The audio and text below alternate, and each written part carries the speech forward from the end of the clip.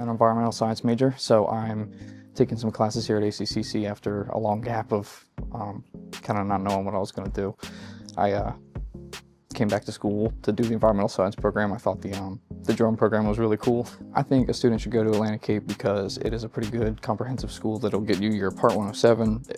They'll show you how to do some mapping and surveying 3D models with drones.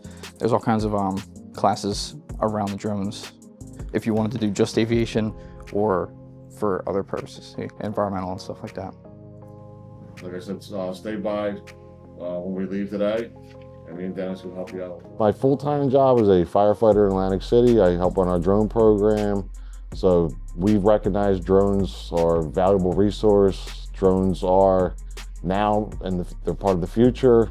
A lot of use cases, public safety, surveying, mapping, and Atlantic Cape Community College offers a lot of those, a lot of programs for those use cases, going from earn your Part 107 certificate so you can fly legally for commercial purposes, and also going up to remote sensing where you are mapping, and the mapping can be anywhere from just simple maps to survey grade maps.